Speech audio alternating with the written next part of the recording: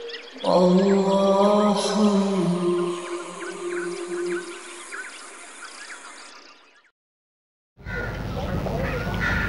اعوذ باللہ من الشیطان الرجیم بسم اللہ الرحمن الرحیم۔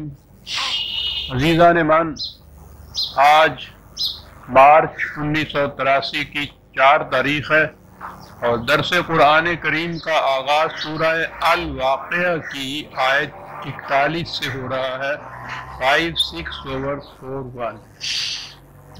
آپ کو یاد ہوگا کہ سابقہ آیات میں جنت یا جنتی زندگی کی تفصیلات اور اس کی آسائشیں، آرائشیں، نعما، ان کا ذکر چلا آ رہا تھا۔ وہ تصویر کا ایک رخ تھا۔ اس کے بالمقابل جہنمی زندگی ہے، اور یہ آیات جو ہمارے سامنے آ رہی ہیں یہ جہنمی زندگی کا ذکر آیا ہے۔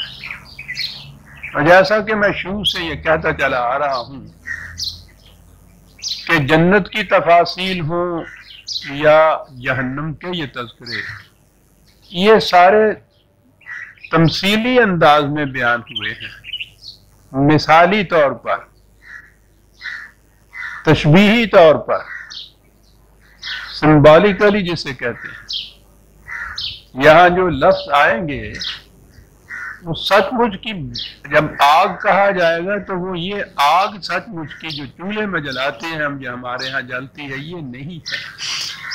آگ استعارہ ہے ایک چیز کا کہ وہ شے جو جلا کر کچھ رکھ دے۔ اسی طرح سے میں نے جنت کی نوع کے متعلق بھی کہا تھا۔ پھر یہ چیز بھی ذہن میں رکھیے جو میں بار بار کہتا چلا آ رہا ہوں کہ جنت ہو یا جہنم، جنت اور جہنم جسے آپ کہتے ہیں متعین طور پر، وہ تو ہو سکتا ہے کہ آپ کہیں آخرت میں کوئی اس قسم کی چیزیں ہوں گی، اگرچہ یہ بھی بڑا غور طلب مسئلہ ہے، لیکن بہرحال جنتی زندگی یا جہنمی زندگی اسی دنیا سے شروع ہو جاتی ہے، اور یہیں سے پھر وہ مسلسل آگے چلتی ہے۔ ہر شخص اپنا جہنم آپ لے کے آگے جاتا ہے، اپنی جنت، جنت تیری پناہ ہے تیرے خون جگر میں، وہ اس کو ساتھ لے کر جاتا ہے۔ یہ کنٹینیوٹی ہے لائف کی، تسلسل ہے زندگی کا۔ تو یہ جب ذکر آئے گا، یہ جنت کا تو آ چکا اور پھر آتا رہے گا، جہنم کا ذکر جو آئے گا تو اسے آپ دیکھیں گے اس میں یہاں کی زندگی کی جہنمی زندگی جو ہے اس کو بھی سامنے لایا گیا ہے، اور اسی سے تو ہمیں احساس ہو سکتا ہے کہ آگے جا کے اس میں کوالیٹیٹیولی تو ایک ہی بات ہوگی، کیفیت کے اعتبار سے تو وہی ہوگی۔ ہو سکتا ہے کہ اس میں کوانٹیٹیولی شدید زیادہ، وہ شدت زیادہ ہو یا کچھ، ہم نہیں کہہ سکتے وہاں وہ کیسے ہوگی، لیکن ہم یہ جان سکتے ہیں کہ یہاں جہنمی زندگی جو ہے وہ کیسی ہوتی ہے۔ یہ اگر احساس ہو جائے ہمیں کہ جو ہم پہ بیت رہی ہے یہ جہنمی زندگی ہے، تو پھر اس سے نکلنے کے لیے کچھ سوچیں گے ہم۔ اور اگر یہ ہو کہ نہیں یہ ٹھیک بات ہے، ہم جیسے یہ جی رہے ہیں بالکل صحیح ہے، آگے بھی جائیں گے تو رسول اللہ کی شفاعت ہمیں بچا کے جنت میں لے جائے گی، تو پھر تو راوی عیش لکھتا ہے جو جی میں آئے کرتے چلے جائیے۔ تو یہ ذہن میں رکھیے کہ یہ جہنم کے بھی جو قواعد قرآن بیان کرے گا، جہاں تک یہاں جہنمی زندگی کا تعلق ہے، اس میں اجتماعی طور پر قومیں بھی جہنم کے اندر ہوتی ہیں، ان قوموں کے اندر افراد بھی جہنم کے اندر ہوتے ہیں۔ قرآن میں جہنم کے لیے النار تو بہرحال ہر جگہ آیا، وہ تو اس کی کیفیت ہے، جلا دینے والی چیز۔ جہنم اور جہیم 2 لفظ آئے ہیں اس کے لیے۔ یہ عبرانی زبان کا لفظ ہے جہنم،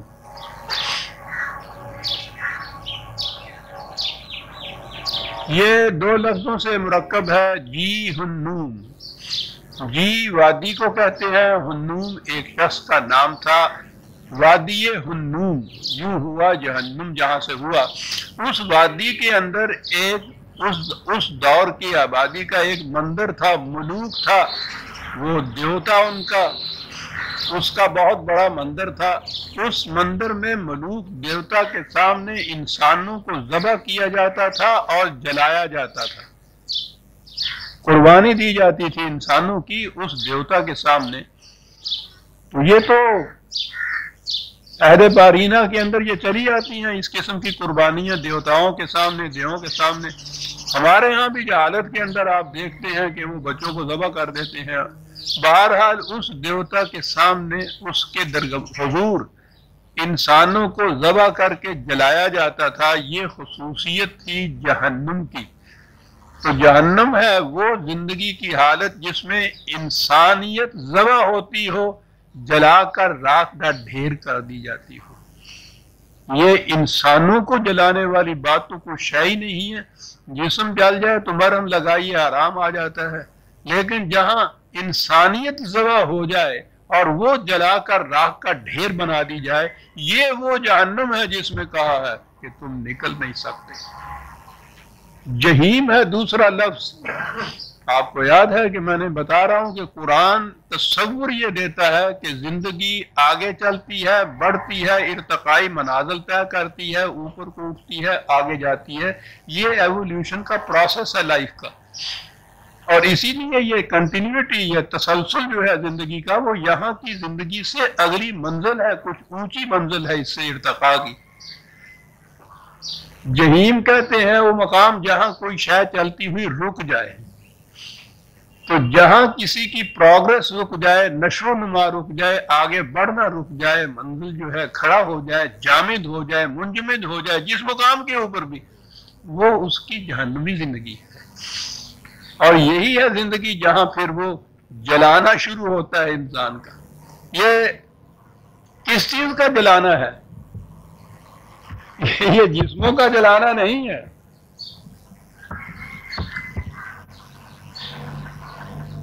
ایک 104/6 نار اللہ الموقدۃ التی تطلع علی الافئدہ، جہنم کی آگ خدا کی جلائی ہوئی جو دلوں کو جس کے شعلے دلوں کو لپیٹ لیتے ہیں۔ یہ تو وہ شعلے ہیں جو دلوں کو لپیٹتے ہیں۔ اب اس کے بعد ہم میں سے ہر شخص محسوس کر لے گا کہ ہم کس قسم کی جہنم میں ہیں۔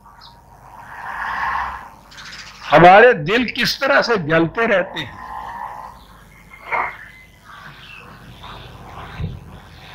انسانیت کس طرح راکھ کا ڈھیر بنتی رہتی، کن چیزوں سے جسم جلتے ہیں، نہ دل جلتے ہیں، انسانیت تباہ ہوتی ہے۔ یہ جو عذاب ہے جہنم کا، قرآن نے کہا ہے کہ عذاب مہین کہیں کہا ہے، کہیں عذاب یخزیہ کہا ہے۔ جہاں انسان کو ذلیل کیا جائے، جہاں کسی انسان کو تذلیل ہوتی ہے، وہ جہنم کی زندگی ہے اس کی۔ اور اسی لیے جہنم کا جو داروغہ ہے اس کا نام مالک بتایا ہے۔ جہاں بھی کوئی ایک انسان دوسرے انسان کا حاکم اور اس کا مالک اور اس کا آقا بن جائے، ظاہر ہے کہ اس کا نتیجہ جو ہے تذلیل ہے، تحقیر ہے، عذاب الہون ہے، عذاب مہین ہے، ذلت کا عذاب۔ اب یہ دیکھ لیا نا کہ وہ جو دلوں کو لپیٹتے ہیں شعلے جس آگ کے، وہ آگ کیا ہے؟ تذلیل انسانیت ہے۔ یہ بھوک پیاس بیماری، یہ چیزیں، یہ ایسا عذاب نہیں ہوتی، یہ تو فزیکل چیز ہے۔ وہ جو دلوں کو لپیٹتی ہے چیز، وہ تذلیل ہے انسانیت کی۔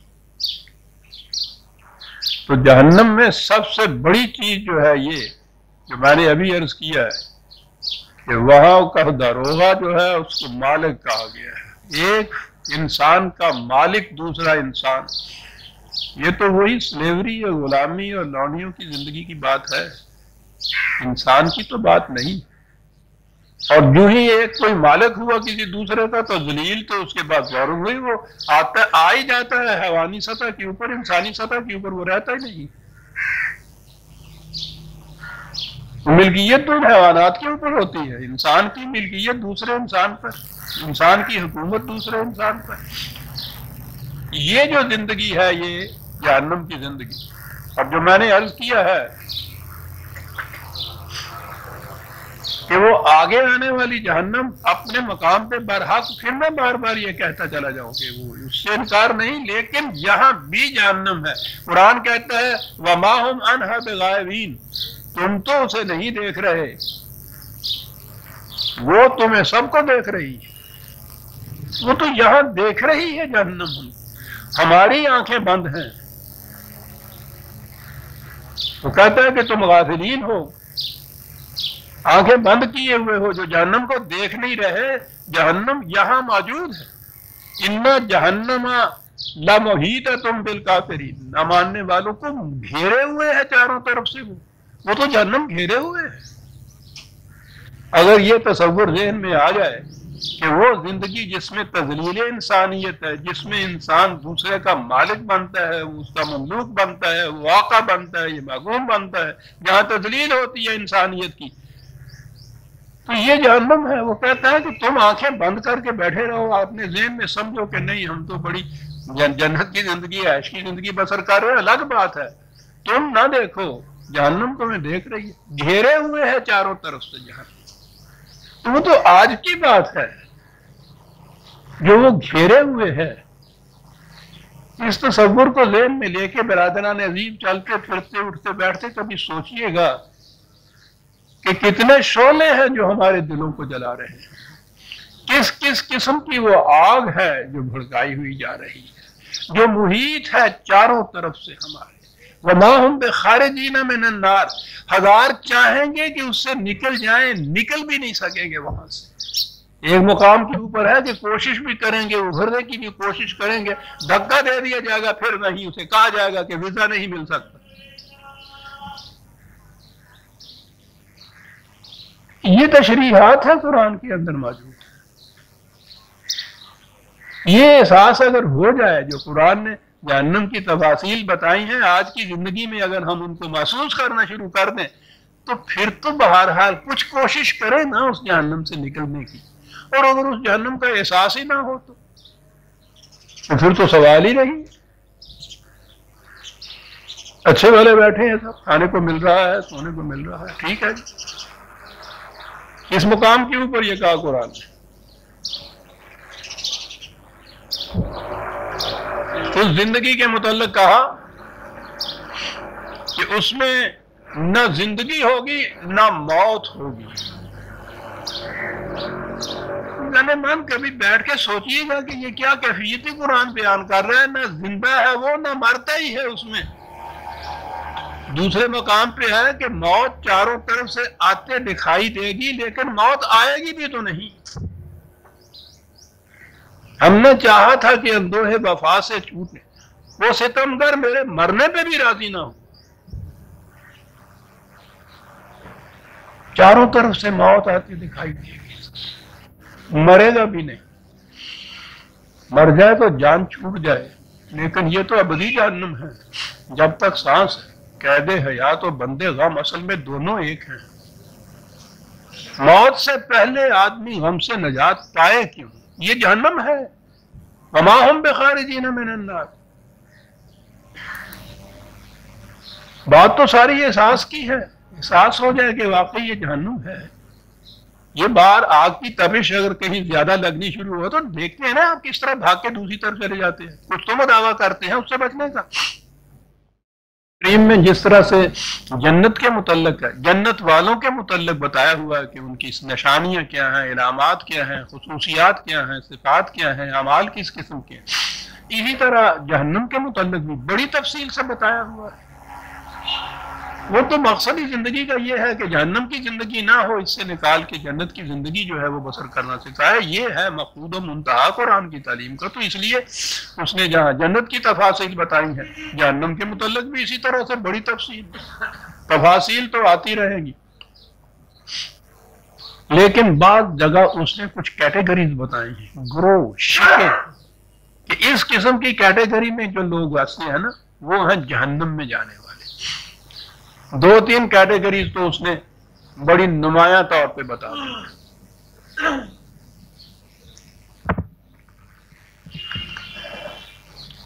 سورہ توبہ کی آیت 9/34 جو ہے، دو گروہ تو یہاں بتائے، یا ایھا الذین آمنوا ان کثیر من الاحبار والرہبان لیاکلون اموال الناس بالباطل ویصدون عن سبیل اللہ۔ ایک گروہ ان مذہبی پیشواؤں کا خود محنت نہیں کرتے، دوسروں کی محنت کی کمائی کے اوپر جیتے ہیں، دعویٰ یہ کرتے ہیں کہ ہم خدا کے راستے کی طرف تمہیں لے جاتے ہیں، حالانکہ خدا کے راستے میں سب سے بڑی رکاوٹ یہ خود ہوتی ہے۔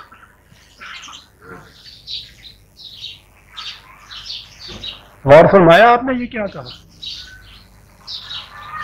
پہلی چیز یہ ہے دوسرے کی محنت کی کمائی کے اوپر عیاشی کی زندگی بسر کرنا ہے، ابھی آئے گا یہ لفظ، اور پھر دوسری یہ چیز کہ وہ کمائی کرنا یہ کہہ کے کہ ہم تمہیں خدا کے راستے کی طرف لے جا رہے ہیں، خدا کے راستے میں سب سے بڑی رکاوٹ یہ ہوتی ہے، جانی نہیں دیتے وہاں۔ دوسری کیٹیگری والذین یکنزون الذھب والفضة ولا ينفقونها فی سبیل اللہ، جو لوگ زندگی کی یہ چیزیں جتنی بھی ہیں انسان کی ضرورتوں کے لیے ہیں، ضرورت پوری ہو جانے کے بعد جو باقی فالتو بچا ہوا ہے اس کو اقتناز جسے کہتے ہیں جمع کر کے رکھ لینا اس کو، اور اس وقت کتنے ہی خود ضرورت مند انسان، محتاج انسان فاقے مار رہے ہوں، کتنی ضرورت ان کو ہو، ان کی ضرورت کے لیے اس کو کھلا نہ رکھنا، اپنی ضرورت پوری ہونے کے بعد جو کچھ فالتو ہے اس کو بھی دبا کے رکھ چھوڑنا، دولت کو اس طرح سے جمع کر چھوڑنا، حالانکہ یہ سامان رزق، وہ دولت تو ذریعہ ہوتا ہے ان چیزوں کو خریدنے کا، یہ تو اس لیے بنایا تھا کہ تمام انسانوں کی ضروریات زندگی پوری ہوتی رہے، لیکن اس قسم کا معاشرہ جس میں تقسیم کی یہ صورت ہو کہ جس کا داؤ چلے وہ جتنا جی چاہے سمیٹ کے لے جائے اور باقی بھوکے مارتے رہیں، کہا یہ لوگ جو اس طرح سمیٹ کے رکھ لیتے ہیں تو دو کیٹیگریز بتا دی، تو یہی یہ مذہبی پیشوائیت، علماء اور مشائخ دونوں اس کے اندر قرآن نے ذکر کر دیا ہے، اور وہ لوگ کہ جو اپنی ضرورتوں سے زائد جو کچھ ہے اس کو اس طرح سے دبا کے جمع کر کے رکھ لیتے ہیں، فَبَشِّرْهُمْ بِعَذَابٍ عَلِيمٍ، اے رسول ان کو اعلان کر دو ایک دردناک عذاب کا، یوم یحمى علیہ فی نار جہنم، جب انہیں جہنم کی آگ میں جلایا جائے گا، فَتُقْوَى بِهَا حِبَاؤُهُمْ وَجُنُوبُهُمْ وَظُهُورُهُمْ، یہ اب تمثیلی انداز آ گیا، یہ ان کے روپے، پیسے، پاؤنڈ، سٹرلنگ، سکے جہنم کی آگ میں تپائے جائیں گے، تمثیلی بیان ہے، ان سے داغا جائے گا ان کے ماتھوں کو، ان کی پشتوں کو، ان کے پہلوؤں کو، کہا جائے گا ھذا ما کنزتم لانفسکم، یہ ہیں وہ سکے جنہیں تم نے بجائے اس کے کہ حاجت مندوں کی ضرورت پوری کرنے کے کام آئے اپنے لیے تم نے جمع کر کے رکھا تھا، فذوقوا ما کنتم تکنزون، اب وہ آگ نہیں، یہی جو تم نے اس طرح سے دوسروں کو محتاج رکھ کر اپنے لیے جمع کر چکا، اب اس عذاب کا مزہ چکھو۔ غور فرما رہے ہیں عزیزان من، کیا نظام دے رہا ہے قرآن، جس میں نہ مذہبی پیشوائیت ہے نہ سرمایہ داری ہے، ہر فرد کی ضروریات زندگی پوری ہوگی۔ اب یہ جو چیز ہے کہ یہ خدا کے راستے کی طرف جانے میں خود رکاوٹ بن جاتے ہیں، تیسری کیٹیگری آئی، وہ سامنے آ جائے گی، بات صاف ہو جائے گی۔ سورہ اعراف کی آیت 179 179، دو گروہ، دو شکیں، دو کیٹیگریز ہمارے سامنے آ گئی، یہ تیسری کیٹیگری ہے ان عوام کی۔ وَلَقَدْ ذَرَأْنَا لِجَهَنَّمَ كَثِيرًا مِنَ الْجِنِّ وَالْإِنسِ، تو یہ آبادیاں متمدن دنیا کی شہروں کی ہوں، وادیاں باہر کی ہوں، کچھ لوگ ایسے ہوتے ہیں کہ جن کے حالات بتا رہے ہوتے ہیں کہ یہ تو جہنم میں جانے والے ہیں، یہی پتہ چل جاتا ہے، یعنی اس نے بتایا ہے علامت کہ ان کو دیکھ کے پتہ چل جاتا ہے کہ یہ جہنمی ہے۔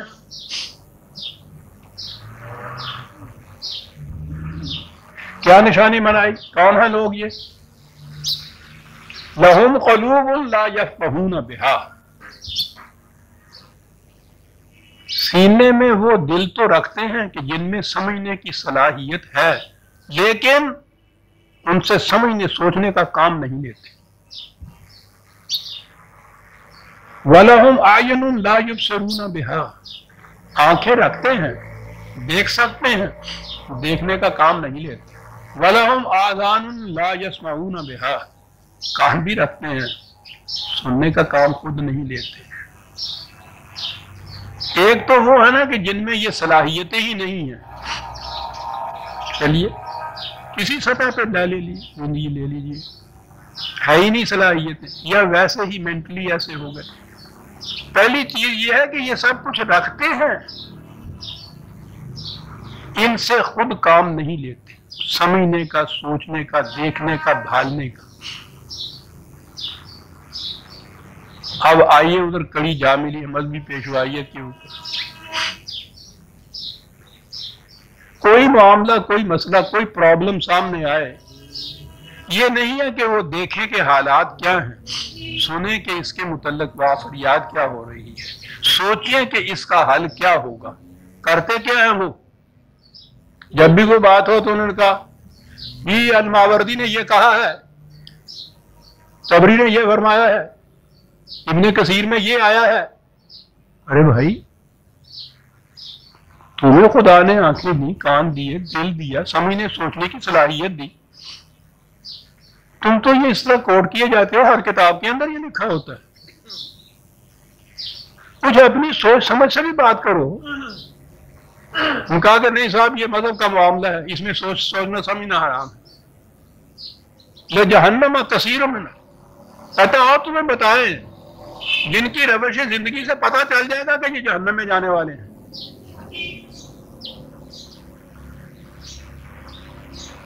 یہ سطح زندگی انسان کی نہیں ہے، یہ حیوان کی سطح زندگی ہے۔ پہلے تو یہ کہا کہ اولئک کالانعام، پہلے یہ کہا کہ اس اعتبار سے تو یہ سمجھ لیجئے کہ یہ جو زندگی ہے یہ انسان کی نہیں، حیوانوں کی ہے۔ یہ حیوان کی بات ہے کہ ریوڑ چرانے والا اس گلے کو، ریوڑ کو لیے جاتا ہے، اس نے تا کہا وہ بائیں کی طرف مڑ گئے، ایتا کہا وہ دائیں کی طرف چلے گئے۔ نہ اپنی آنکھیں، نہ اپنے کان، نہ اپنا دل، جس طرف آواز دی جا رہی ہے اس طرف چلے جا رہے ہیں صاحب۔ ماوردی نے یہ کہا ہے، ابن کثیر نے یہ فرمایا ہے، جو گڈریا کہتا چلا جا رہا ہے، یہ مانتے چلے جا رہے ہیں، نہ اپنی آنکھیں ہیں، نہ کان ہے، نہ دل ہے موجود۔ یہ پہلی چیز دیکھیے، پہلی چیز تو کہی کہ روش تو ایسی ہے جیسے حیوانات کی ہوتی ہے، لیکن بل ہم عدل، اس سے بھی گئے گزرے۔ حیوانات میں تو صلاحیت نہیں تھی اس چیز کی۔ صلاحیت رکھتے ہوئے اپنے دل و دماغ سے کام نہ لینا، اپنے عقل و شعور اور فکر اور علم اور تدبر سے کام نہ لینا، انعام کی طرح، بھیڑوں کی طرح آواز پہ چلتے چلے جانا۔ ادھر کیوں جا رہے ہو جی؟ اگلی بھیڑ جو جا رہی ہے، وہ ایک اندھوں کی قطار ہے، اگلا اندر جو چلا جا رہا ہے، پچھلے اندر جو اس کے پیچھے پیچھے چلے جا رہے ہیں۔ کہتا یہ کیٹیگری ہے، کہا یہ سب کچھ رکھتے ہیں، دل اور دماغ اور آنکھیں اور کان۔ کیا بات ہے یہ؟ پہلے کہا حیوان ہے، کہا نہیں، ان سے بدتر ہے اولئک هم الغافلون، یہ سب کچھ رکھنے کے باوجود ان سے کام نہیں لیتے، وہ غفلت میں رہتے ہیں۔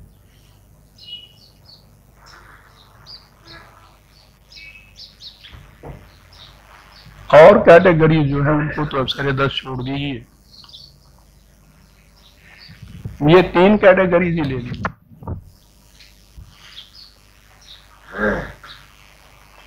وہ نظام جس میں مالک ہو انسان کا، انسان جو جہنم کا دروازہ بتایا گیا ہے، محکومیت ہو اس میں انسانوں کی، انسانوں کی۔ وہ معاشرہ جس میں اوپر کی کیٹیگریز تو 2 ہی بتا دیں کہ ایک تو وہ کہ جو خدا کی طرف دعوت دینے کے مدعی ہیں اور خدا کی طرف جانے والے راستے کے اندر روک بن کر کھڑے ہوئے ہیں، نہ خود سوچنے سمجھنے سے کام لیتے ہیں، نہ تمہیں سوچنے سمجھنے دیتے ہیں۔ یہ دوسرا کیٹیگری یہ کہ کوئی بات بھی سامنے آئے وہ کبھی یہ نہیں کہتے کہ صاحب عقل و فکر کی روح سے بھی غور کر کے اس کے اوپر دیکھو، وہ تو بالکل حرام ہے وہاں۔ کوٹ کر دیجئے کہ صاحب فلاں نے یہ کہا، فلاں نے یہ فرمایا، یوں کسی نے یہ کہا ہے، آواز باہر سے جو آ رہی ہے اس کے اوپر یہ بھیڑوں کا غلہ چلا جا رہا ہے۔ اور تیسری کیٹیگری یہ ہے کہ زندگی کی وہ ضروریات جو خدا نے بلا مزد و معاوضہ اس طرح سے عام کی ہوئی ہیں، اپنی ضرورت کے مطابق جو ہر ایک کو لینا ہی ہے باہر ہے، اس سے زائد جو پڑا ہوا ہے جس میں ہزاروں لاکھوں کی ضروریات پوری کرنی ہو جانی تھی، ان کو جمع کر کے تنظم رکھا ہوا ہے، کسی کام نہیں آ رہا، ان کو محتاج بنا رکھا ہے۔ یہ تیسرا نظام کے اعتبار سے آپ دیکھیں، یہ نظام سرمایہ داری ہوتا یہ ہے کہ معنی ہوتے ہیں کہ ہر فرد کو حق حاصل ہے، جتنی جی چاہے دولت وہ جمع کرتا رہے، اس سے فکر نہیں ہوتی کہ کتنے محتاج ہو جاتے ہیں، محروم ہو جاتے ہیں اس دولت سے۔ وہ دولت تو اگر قرآن نے جو کہا ہے کہ اس طرح سے دولت کی گردش نہ کرو کہ وہ ایک اوپر کے طبقے میں ہی پھرتی رہے، یہ ذریعہ ہے انسانوں کی نشو و نما کی اشیاء کے پیدا کرنے یا خریدنے کا، یہ سارے طبقے کے اندر اس کو گردش کرنا چاہیے۔ اوپر کرتی چلے جائے گی تو نیچے کا طبقہ محروم رہ جائے گا نا۔ تو یہ دو کیٹیگری تو یہاں ہو گئے، مذہبی پیشوائیت، سرمایہ داری۔ اب رہے ہوا دوسرے عوام، ان کے متعلق کہا کہ اگر وہ سمجھنے سوچنے کی صلاحیت رکھنے کے باوجود سمجھ سوچ کے کام نہیں لیتے اور جو کچھ کوٹ کر دیا جاتا ہے، حوالہ دے دیا جاتا ہے، ریفرنس دے دی جاتی ہے، کہہ دیا جاتا ہے کہ یہ فرمایا اور یہ آیا ہے، اور اس کے مطابق وہ چل پڑے بھیڑوں کی طرح، یہ بھی جہنم کی زندگی ہے جو بسر کر رہے ہیں۔ آگے چل کے ہمارے سامنے مین آئٹم جو یا مین کیٹیگریز جس کو آپ کہیں گے نا، وہ یہی آئیں گی۔ خدا کے نام پہ دھوکہ دینے والے، خدا کے نام پہ دھوکہ دینے والے، دوسروں کو ضروریات سے محروم رکھ کر اپنے لیے جمع کرتے ہوئے چلے جانے والے، عقل و فکر سے کام نہ لینے والے، صلاحیتیں رکھنے کے باوجود۔ عزیزان مان، اب اس کے بعد ذرا آنکھیں کھول کے دیکھیے گا کہ کس قسم کی جہنم ہے جس کے اندر ہم محیط ہیں جو ہمارے اوپر۔ اب یہیں سے بات کو جہنم کی آ گئی، وَأَصْحَابُ الشِّمَالِ وَمَا أَصْحَابُ الشِّمَالِ، یہ پہلے اصحاب یمین تھے، خوش بخت برکت والی زندگی والے، اب دوسری طرف آئے، ان کے ہاں یہ دوسری کیٹیگری شمال جو کہتے تھے وہ بد نصیب جسے ہم عام طور پہ کہا کرتے ہیں، ورنہ قسمت اور نصیب کے تو الفاظ ہم نے وضع کر لیے ہیں اپنے لیے کہ بڑا بد قسمت ہے، بڑا بد نصیب ہے۔ نصیب تو وہ ٹھیک ہے کہ اس کے حصے میں کچھ نہیں آتا، یہ قسمت کا تصور تو بڑا غلط ہے، غلط نظام ہے جس کے اندر جہنم میں پھنسے ہوئے جو ہوتے ہیں وہ سارے بد نصیب ہوتے ہیں۔ تو اصحاب الشمال اس معنی میں جس میں ہم کہتے ہیں نا کہ اب آئیے ان کی طرف جو بڑے بد نصیب ہیں بیچارے، کیونکہ ادھر اصحاب یمین کہا تھا جس کے معنی دائیں ہاتھ والے ہوتے ہیں، فی سموم و حمیم، اب وہ آئی تمثیلی بیان جو آیا ہے، وہی جس کو عذاب کہا جائے گا۔ عرب جیسا ملک، صحرا جیسا، ہم تو جانتے ہی نہیں سموم ہوتی کیا ہے کم بات۔ یہ تو کبھی کبھی ہمارے ہاں لو چلتی ہے تو اس لو میں بھی آپ دیکھیے اس کے تھپیڑے کیا کرتے ہیں انسان کو، لیکن یہ لو تو اس لو کے مقابلے میں شے کچھ نہیں ہوتی۔ اب انہیں جو سمجھانا ہے تو ان کی زبان میں ہی سمجھایا جائے گا اور کہا جائے گا کہ یہ مثالی بات ہے جو ہم تمہیں کہہ رہے ہیں، یہ لو کے تھپیڑے تمہیں چہرے پہ لگتے ہیں، اس کو بھی تم لپیٹ لیتے ہو۔ یہ عربوں کا لباس اسی لیے ہے اس قسم کا، وہ لو کے تھپیڑوں سے لپیٹتے ہیں، آپ اس سے تو بچ جاتے ہو، لیکن جو لو کے تھپیڑے دلوں کو تمہارے گھیرنے، اس سے تو باہر کا لباس تمہیں نہیں بچا سکتا۔ اور ظلم من یاموم، صحراؤں کے اندر سایہ دار درخت کا مل جانا بڑی نعمت۔ کہا سایہ تو کر سکتے ہو. ایک سایہ وہ ہے جو مہمان کے لیے کیا جاتا ہے، صاحبان شامیانہ یہ لٹکایا جاتا ہے، اس میں ٹھنڈک بھی ہوتی ہے، اس میں عزت بھی ہوتی ہے. کہا کہ ایک سایہ ہوتا ہے کارخانے کی چمنی کا دھواں نکلے اور سورج کے سامنے آ جائے. کیا مثال ہے سایہ کہ سایہ تو اس سے بھی ہوتا ہے، لیکن لا بارد ولا کریم، نہ وہ سایہ ٹھنڈا ہوتا ہے نہ اس میں عزت ہوتی ہے. یہ جو دوسروں کی کمائی، میں بھی عرض کروں گا کہ یہ کن کے متعلق ہے. کہا کن کی بات کر رہے ہیں ہم؟ انہم کانوا قبل ذالک مترفین، یہ وہ لوگ تھے جو اس سے پہلے دوسروں کی محنت کی کمائی پہ زندگی بسر کیا کرتے تھے. الفاظ موجود. اس دولت سے وہ سامان تو خرید لیں گے کہ وہ سائے کا سامان بھی ہوگا، ٹھنڈک کا سامان بھی وہ ہو، لیکن کہا کہ غور سے دیکھو تو اس سامان کے اندر عزت نہیں ملے گی، ٹھنڈک نہیں ملے گی. ٹھیک ہے جسم پہ سایہ ہو جائے گا، ٹھنڈا بھی ہو جائے گا، اور آپ تو ایئر کنڈیشنر بھی لگائے جا سکتے ہیں، لگاتے ہیں، یہ سب کچھ ملے گا، لیکن وہ جو دلوں کو لپیٹے ہوئے ہیں شعلے، ان سے وہ ٹھنڈے نہیں ہو سکیں گے. وَقَانُوا يُصِرُّونَ عَلَى الْحِنْثِ الْعَظِيمِ. پھر یہ مصیبت یہ کہ ان کو کہا جاتا تھا کہ بھئی یہ بہت بڑا جرم ہے انسانیت کا جو تم کر رہے ہو، دوسروں حاجت مندوں کو محروم کر کے اور اپنے پاس بے فائدہ ایک چیز، بیکار ایک چیز رکھ چھوڑنا، یہ بہت بڑا جرم ہے. اور پھر جو تذلیل ہے انسانیت کی، یہ تو ناقابل تلافی جرم ہے عزیزان مان، یہ بخشا ہی نہیں جا سکتا. کہا جاتا تھا ان سے، لیکن بھائی وَكَانُوا يَقُولُونَ، بڑی عجیب بات کی. کہا یہ کہتے تھے کہ صاحب دیکھ لیجئے ہم تو عیش کرتے ہیں، ہمارا کوئی کچھ نہیں بگاڑ سکتا، ہم ماخوذ نہیں ہو سکتے، گرفت میں نہیں آ سکتے، آ بھی جائیں ہمیں پتا ہے کیسے چھوٹ سکتے ہیں، چھوٹتے ہیں. کہا ایک ہی بات ہے جو اس سے بچا سکتی ہے، وہ یہ کہ یہاں ان کی گرفت سے تو ہم چھوٹ سکتے ہیں، لیکن خدا کے قانون مکافات عمل کی گرفت سے تو ہم نہیں چھوٹ سکتے.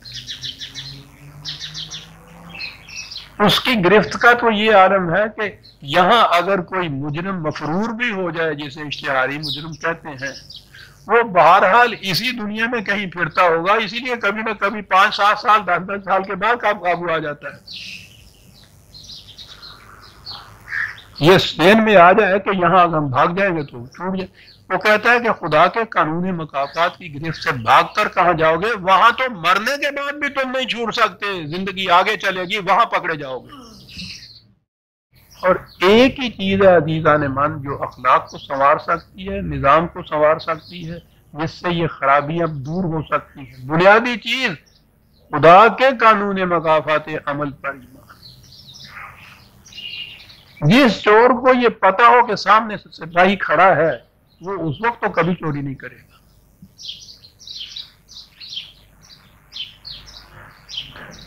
یہ تو اب محسوس آنکھیں ہیں اور محسوس چوری ہے. جس کے متعلق یہ کہا جائے کہ وہ قانون مکافات تمہارے دل میں گزرنے والے خیالات تک سے بھی واقف ہے، پھر چوری نہیں کی جا سکتی.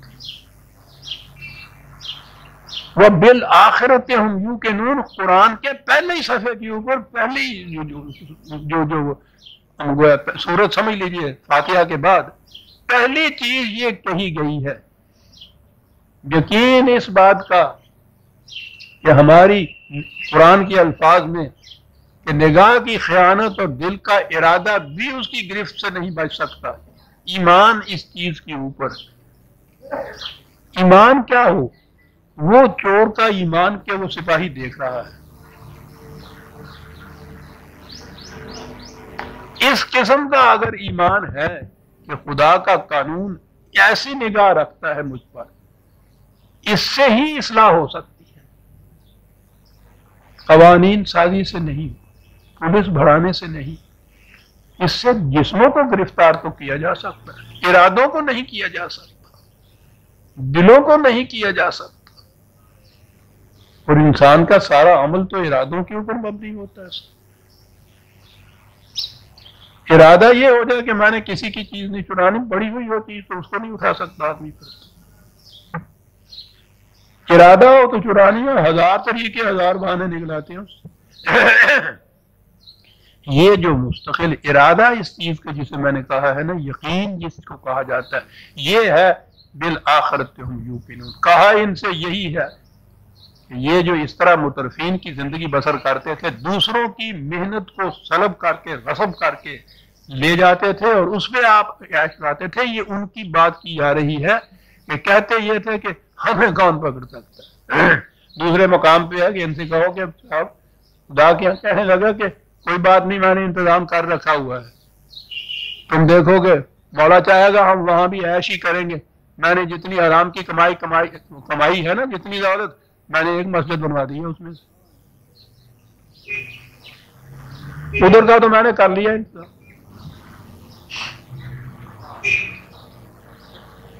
قرآن میں یہ ہے کہ یہ کہتے ہیں کہ تم دیکھو گے ہم وہاں بھی عیش کریں گے، کیونکہ انہیں بتایا گیا ہے کہ جو یہاں مسجد بنا دے گا وہاں زمرد کا گھر بنے گا، وہ تو پہلے بن چکا ہوا ہے۔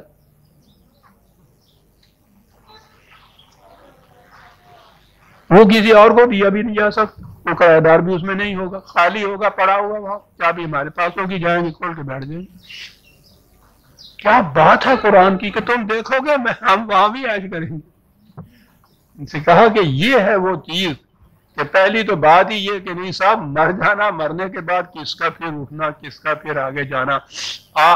آئذا متنا وکننا ترابا وعظاما آئنا لمبعوثون وآباؤنا الاولون۔ کیا کہہ رہے ہو تم کہ ہمارے جو پہلے مر گئے ہیں وہ بھی اس طرح سے زندگی آگے چلے گی، اٹھیں گے، ہم مر جائیں گے، مرنے کے بعد اس کی گرفت میں آ جائیں گے؟ کیا کہہ رہے ہو تم، اس قسم کی باتیں کر رہے ہو؟ قل ان الاولین والآخرین لمجموعون الی میقات یوم معلوم۔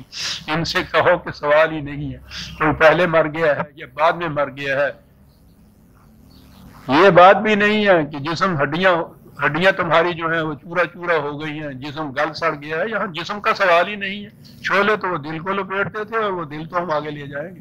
میری دل کے معنی یہ لوتھڑا گوشت کا نہیں ہے جس کو یہ کلینیکلی ہارٹ کہا جاتا ہے، جس کے بند ہو جانے سے موت ہو جاتی ہے، وہ تو آگے جائے گا، اس کو انسان کہا جاتا ہے۔ ثم انکم ایھا الضالون المکذبون، ہے اس زندگی کو، خدا کے قانون مکافات کو جھٹلانے والوں، غلط راستے پہ چلنے والوں، وہاں تمہیں یہ نظر آ جائے گا کہ یہ کہنے والے ٹھیک کہتے تھے تمہیں کہ یہ مواخذہ ہے خدا کے قانون میں۔ اس وقت میں آنکھوں سے نظر آ جائے گا سب۔ وَبُرِّزَتِ الْجَحِیمُ لِمَن یَرَىٰ، قرآن کہتا ہے جہنم ابھار کر سامنے لایا جائے گا ان کے لیے جو اب دیکھنے کی آنکھیں رکھتے ہیں۔ ہے تو اب بھی موجود، لمن یرا، جو اس کو دیکھنے کا، وہاں یہ کہا جائے گا۔ پھر وہی ذرا سی تفصیل ہے اور یہ عجیب چیز ہے، لآکلون من شجر من زقوم، وہ شجرۃ الزقوم کہا گیا ہوا ہے، یہ ان کے ہاں وہ کہنے کے لیے تو ویسے اس قسم کا، یہ جیسے تھوہر کی قسم کا کچھ ہوتا ہے نا، یوں مجازی معنی تو اس کے حقیقی معنی میں تو یوں ہوتا ہے، وہ کہا کرتے ایسا کھانا کہ جو نہ اگلا جائے نہ نگلا جائے، اس قسم کا۔ دوسری جگہ یہ کہ وہ تم یہ نہ سمجھ لینا کہ سچ مچ کا کوئی وہ پودا ہے جس کی بات کی جا رہی ہے، اس کو تو کہا گیا ہے کہ وہ تو جہنم کی جڑ، اس کی جڑیں جہنم کے پتالے سے نکلیں گی۔ تو جہنم جہاں سمجھے نا اتنا آگ ہے اور یہ کچھ ہے، اس کے جہنم کے نچلے گڑے سے وہ ایک پودا پھوٹے گا، تو وہ یہ سچ مچ کا پودا تو یہ نہیں ہوگا نا، وہ یہ رزق ہوگا۔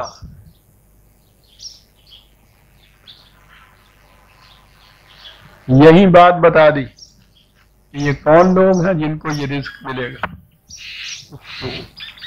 44/44 بڑی تفصیلات ہیں فضیلان من جہنم کی زندگی میں، بچ ہی سکتا ہے انسان اس طرح سے۔ 44/45 والی لے لیجیے۔ ان شجرۃ الزقوم طعام الاثیم، پہلی بات تو یہ کہہ دی، یہ زقوم، یہ رزق کن کا ہے؟ یہ میں نے پہلے بھی بتایا تھا کہ ہمارے ہاں تو ترجموں کے اندر جتنے الفاظ ہیں نا، اسم اور عدوان اور عصیان اور یہ سب کا ترجمہ گناہ ہی کیا جاتا ہے۔ یہ ایسی بات نہیں ہے کہ یہ شاعری ہے کہ کبھی یہ لفظ کہہ دیا کبھی وہ، یہ تو شعر کے لیے ہوتا ہے نا، وزن کے لیے، قافیے کے لیے۔ قرآن کا تو ایک ایک لفظ پہاڑ کی طرح اٹل ہے، الگ معنی رکھتا ہے۔ اسم ہوتا ہے جس میں انسان تھک جائے، مزمل ہو جائے محنت کرنے کی، اس میں سخت باقی نہ رہے۔ یہ دوسروں کی کمائی کے اوپر جب جینے کی عادت پڑ جائے، اس میں محنت کرنے کی سخت ہی نہیں رہتی۔ اس لیے اس نے نظام یہ بتایا ہے کہ لیسا للانسان الا ما سعی، محنت کا معاوضہ ملنا چاہیے، یاد رکھو، اس سے قومیں زندہ رہتی ہیں۔ اگر بغیر محنت کیے ہوئے آپ اس قسم کی عیاشی کی زندگی بسر کر سکتے ہیں تو محنت کرنے کی صلاحیت ہی ختم ہو جاتی ہے۔ اس کے بعد آپ اس قابل ہی نہیں رہتے کہ زندہ محنت کرنے والے جفاکش انسانوں کے ہمدوش چل سکیں۔ اور ان کے ہاں ناقۃ عاصمہ اس اونٹنی کو کہتے تھے جو تکان کی وجہ سے باقی ڈار سے پیچھے رہ جائے، آگے ان کے ساتھ چل نہ سکے۔ برادران عزیز، افراد کو چھوڑ دیجئے، قوموں کو دیکھیے، اپنی قوم کو دیکھیے۔ زندہ قومیں جو اس سطح پہ جو زندہ قومیں ہیں، فزیکلی بھی جو زندہ قومیں ہیں، میٹیریلی بھی جو زندہ قومیں ہیں، ہم تو ان کے ساتھ چلنے بھی قابل نہیں رہے۔ ہم سے زیادہ ناقۃ عاصمۃ کون ہوگا؟ تھکی ہوئی اونٹنی کون ہوگی؟ قافلہ آگے جا رہا ہے، ڈار آگے جا رہی ہے، ہم ان کے ساتھ نہیں چل سکتے کہ تھک چکے ہوئے۔ کیسے تکان آتی ہے؟ محنت کرنی چھوڑ دی جائے اگر تو۔ کہا کہ یہ جو تھا آکلون شجرۃ من زقوم طعام الاثیم، کس کو دیا جائے گا؟ یہ انہیں دیا جائے گا اور کہا جائے گا ذق، بڑی زور کا ظالمان کام جانے، ذق، ٹھونسا جائے گا اس کے منہ میں، کہا جائے گا۔ یہ لفظ ہی آپ دیکھیں، یہ ذق کا لفظ جو قرآن میں، وہ تو ایک لفظ کے اندر بحق آتی ہے انداز قرآن کا، لفظ میں تصویر کھینچ دیتا ہے۔ ٹھونسا جائے، کھایا نہ جا سکے، نگلا نہ جا سکے، اس سے کہا کہ چکھو، چکھنا پڑے گا۔ کیوں؟ انکا انت العزیز الکریم، وہاں تو بہت بڑا آنریبل بنا پھرتا تھا، اپنے آپ کو بڑا صاحب عزت بنا رہا تھا، عزیز بھی، کہ میں بڑی قوتوں کا مالک ہوں، سعید بھی سمجھتا تھا کہ صاحب میں بڑا باعزت ہوں۔ دولت جب معیار ہو جائے آپ کے قوت کی، عزت کی، محنت کرنی چھوڑ دیتا ہے آدمی کے، عظیم ہو جاتا ہے۔ یہ دیکھیے، یہ طعام عظیم کہا گیا ہے۔ کھانے کی تو صلاحیت یہ ہے نا کہ کھائے تو توانائی آئے انسان کے اندر، قوت آ جائے، چلنے کی طاقت آ جائے۔ بیمار کے بعد بھی کہتے ہیں کہ صاحب انہوں کوئی کھلاؤ پلاؤ ہے، تھوڑا جہا تندرست ہوئے۔ طعام جو ہے صحیح، اس کا یہ نتیجہ ہونا چاہیے، لیکن ایک طعام وہ ہے کہ اس کے بعد اور زیادہ توانائی کام ہو جائے، وہ یہ ہے طعام جو دوسروں کی محنت کے اوپر آدمی کھاتا ہے، اس کی توانائی اسی طرح کم ہوتی چلی جاتی ہے، خواہ وہ فرد ہو خواہ وہ قوم ہو۔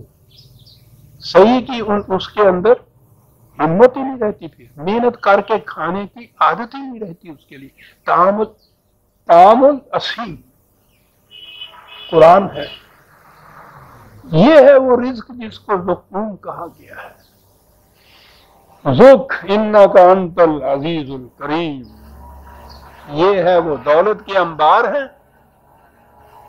بہت بڑا صاحب قوت اور صاحب عزت تو بھی ساتھ ہے کہ بڑا معزز سمجھتا تھا۔ ان کی بارگاہ میں جب وہ استقبالیہ میں وہ پڑا جاتا ہے نا اس کے ہاں کا جو فریم کر کے پھر جو دیا جاتا ہے اس میں القاب ان کے جو ہوتے ہیں وہ ذرا دیکھیے عزیز و کریم، تو 2 ہی لفظ ایسا ہے، دنیا بھر کے احساس ان کے ہاں، اس لیے کہ اس نے زیادہ سے زیادہ غریبوں اور محنت کشوں کی دولت کو سلب کیا تھا۔ رخ انا کا انتن، عربی جاننے والے جانتے ہیں کہ پہلے انا کا بھی کہا پھر انتا بھی کہا، اس میں بڑی شدت سے ایک چیز بیان کی جاتی ہے۔ اس کو بہت بڑا بنا پھرتا تھا، مترفین میں اس کا طبقہ تھا۔ یہ ہے وہ رزق عزیزان من جس کے متعلق وہ کہا گیا تھا کہ اے طائر لاہوتی، اس رزق سے موت اچھی جس رزق سے آتی ہو پرواز میں کوتاہی۔ یہ پرواز میں کوتاہی آ جاتی ہے، اس رزق سے محنت کرنے کی عادت ہی نہیں رہتی، پھر وہ فرد بھی اس طرح سے مزمل ہو جاتے ہیں اس کے قبا، قومیں بھی اس طرح سے تباہ ہو جاتی ہیں، دوسری قوموں کے ہم دوست چلنے کے وہ قابل ہی نہیں رہتی۔ اس طرح سے اگر مانگ تانگ کے کہیں سے روٹی کھا کے گزارا بھی کیا، لیکن اس رزق سے اور توانائی کام ہوتی چلی گئی، اس رزق سے موت اچھی۔ کیا بات کہہ گیا ہے یہ شخص، یہ ہے شجرۃ الزقوم عزیزان من۔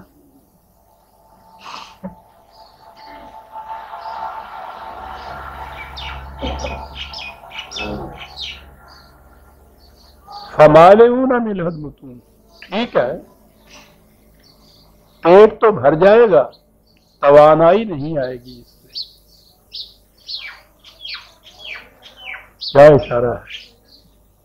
فزیکلی آپ سنیں گے ان کے ہاں تو ڈھیر لگے ہوئے ہوں گے دولت کے، انسانیت کی رمق اس سے نہیں خریدی جا سکے گی۔ فشاربون علیہ من حمیم، پینے کے لیے بھی قرآن نے 2 ہی قسم عذاب میں پانی بتائے ہیں، اور وہ پودوں کی مثال دے کے بتائے۔ ایک تو ابلتا ہوا پانی، پودا کھیتی اس کی زندگی پانی پہ ہوتی ہے، اسی سے وہ پھوٹتی ہے کھوپڑ، اسی سے وہ بڑھتا پھولتا پھلتا ہے، لیکن اگر کھولتا ہوا پانی ڈال دیا جائے اچھا بھلا پودا بھی جھڑ ہو کے رہ جاتا ہے۔ اور دوسری طرف قرآن نے ایک دفعہ کہا کہ اگر وہ برفیلا پانی، برف جیسا یخ بستہ پانی ہو جب بھی مرجھا جاتا ہے، وہ افراد و تفریط دونوں مار دیتی ہے۔ اس نے کہا ہے کہ افلاس سے بھی قومیں تباہ ہوتی ہیں، اس نے کہا ہے افراط زر سے بھی قومیں تباہ ہوتی ہیں۔ نہ کھولتا ہوا پانی اس کے لیے مفید ہوتا ہے، نہ یک بستہ مفید ہوتا ہے۔ کہو کھولتا ہوا پانی، فشاربون شرب الہیم،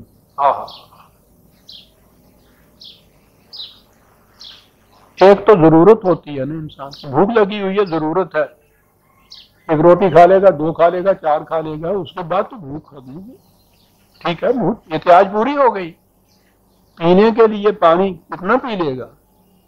بہت ہی زیادہ دوپہر کے وقت بھاگا ہوا پیاسا آئے گا تو 1 گلاس کے بعد دوسرا گلاس آپ دے دیں گے، دوسرا پی لے گا، اس کے بعد ختم ہو جائے، پیاس ختم ہو گئی۔ ان کے ہاں ایک بیماری لگتی تھی اونٹوں کو، پتہ نہیں ادھر کی جانوروں کو بھی مویشیوں کو لگتی ہے، اسے جھوٹی پیاس کہتے تھے۔ جھوٹی پیاس میں مارا وہ پھرتا تھا، پانی پیتا تھا، پیاس بجھتی نہیں تھی۔ غور فرماتے ہیں آپ، یہ نظام سرمایہ داری ہے، سرمایہ داروں کا نقشہ کیا کھینچا ہے؟ ضرورت کے لیے تو ایک حد متعین ہوتی ہے، اس سے زیادہ کتنا کروڑ پتی کیوں نہ ہو صاحب، وہ بھی اگر وہ بھوک اس کی 2 روٹی کی ہے 3 نہیں کھا سکتا، لیکن روپے کروڑوں بینک میں جمع کرتا چلا جاتا ہے، اس کی حد نہیں ہوتی۔ یہ کیا ہے؟ الہاکم التکاثر حتی زرتم المقابر، ضرورت نہیں، ایک دوسرے سے آگے بڑھنے کی ہوس جو ہے وہ اس کو لیے چلے جا رہی ہے، بھاگتا چلا جا رہا ہے، تھکا ہوا بھاگ رہا ہے، تاکہ قبر کے گڑھے میں جا گرتا ہے۔ کہا کہ وہ پانی جو ہے وہ اس پیاسے اونٹ کی مانند ہے، ان کی کیفیت پانی پیتا ہے پیاس بجھتی نہیں ہے. ان کی پیاس وہ حقیقی پیاس نہیں ہے جو 1 یا 2 گلاسوں سے بجھ جائے، وہ تو شرب الہیم ہے، اس اونٹ کی پیاس ہے کہ جس کی پیاس بجھتی نہیں. الہاکم التکاثر حتی زرتم المقابر. ایک ریس لگی ہوئی ہے زیادہ سے زیادہ دولت جمع کرنے کی، چلے جا رہے ہیں، بھاگے چلے جا رہے ہیں اس کے پیچھے جناب، خیم کی طرح، اس اونٹ کی طرح جس کی پیاس بجھتی نہیں ہے. حتی زرتم المقابر، تاں کے قبر کے گڑھے میں جا پڑتے ہیں.